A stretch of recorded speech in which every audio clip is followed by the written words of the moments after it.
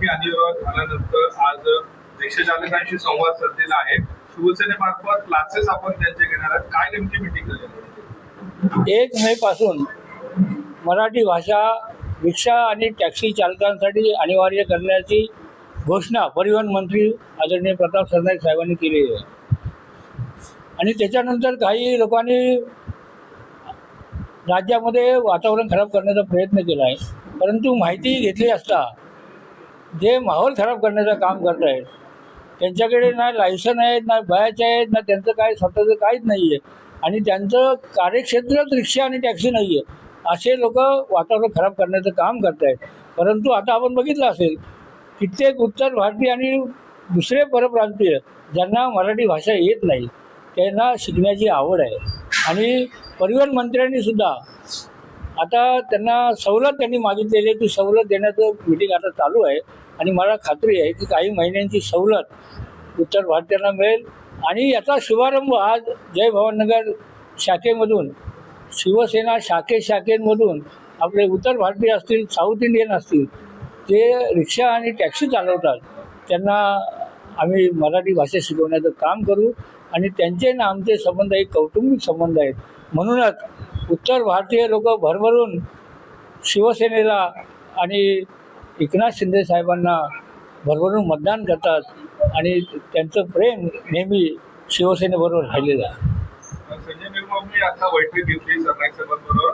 6 महिन्यांचा अल्टिमेटम म्हणजे 6 महिने वाढवून दिलेले आहेत मराठी शिकण्यासाठी. मात्र त्याच्यावर संदीप देशपांडे असं म्हणतात की हिंदुत्ववादी सरकार म्हणतात.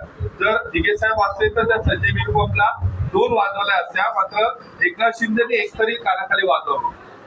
हिंदुत्ववादी म्हणजे उत्तर भारतीय हिंदू नाही आहेत का? उत्तर भारतीय सुद्धा हिंदू आहेत. आणि हिंदुत्व आम्ही त्यांना देशपांडे साहेबांना काय बोलू इच्छित नाही. परंतु हिंदुत्व आम्हाला शिकवण्याची कोणी गरज नाही.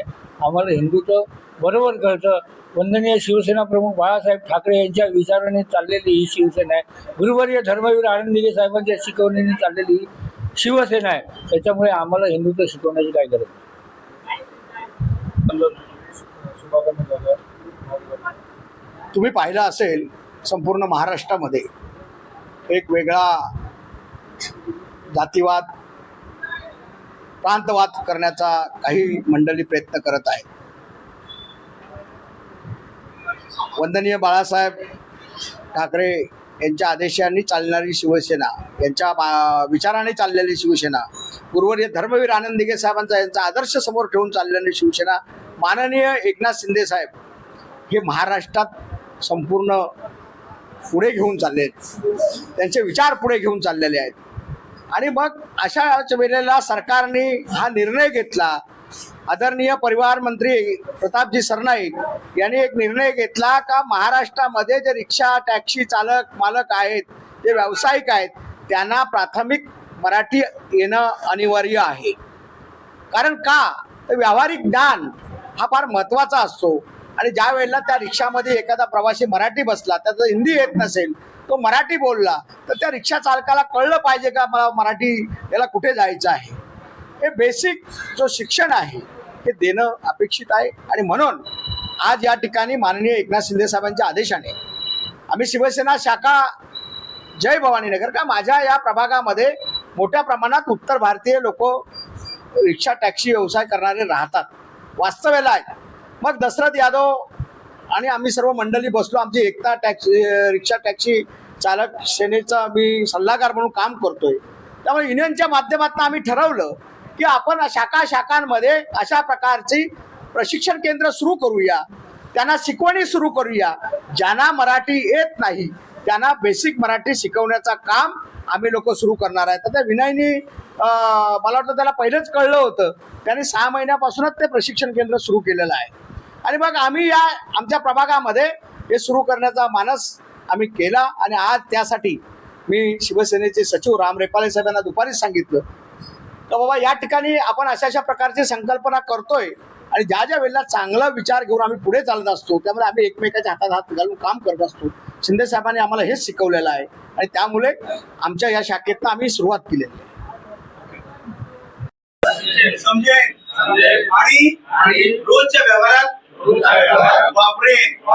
मी प्रत्येक प्रवासांशी नम्रपणे, आदराने आणि हसतमुखाने वागेन.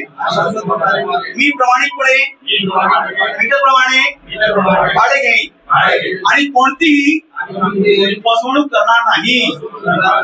मी वाहतुकीचे सर्व नियम पाळेन आणि सुरक्षित प्रवास देईन.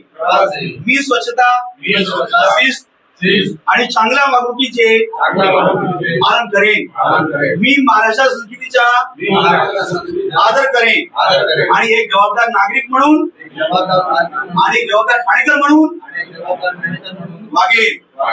जय हिंद, जय महाराष्ट्र.